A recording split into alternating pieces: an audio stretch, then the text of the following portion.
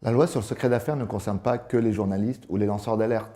On a oublié par exemple les ONG environnementales, les chercheurs, les scientifiques, les représentants du personnel par exemple.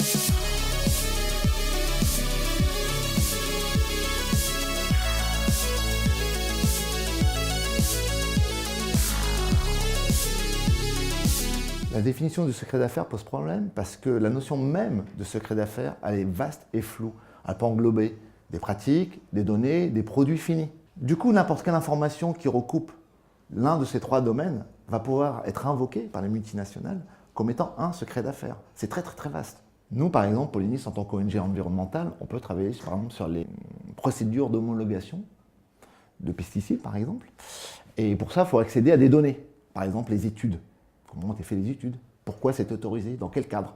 Aujourd'hui, avec cette loi, il va s'ériger une sorte de ligne Maginot qui va nous empêcher, nous, ONG ou les chercheurs, de pouvoir travailler dessus. C'est un vrai souci.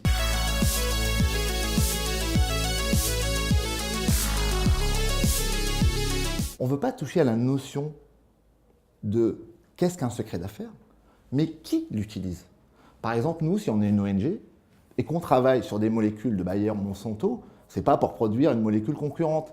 C'est juste pour savoir si cette molécule est un problème pour l'environnement. Bien sûr, il faut protéger les opérateurs économiques du pillage entre eux. Nous ne faisons pas du pillage.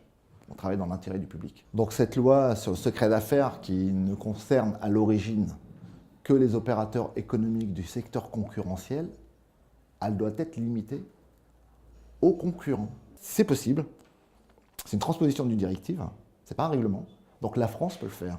Et en fait, la France, elle est la première à réglementer là-dessus. Ça peut être un exemple pour toute l'Europe.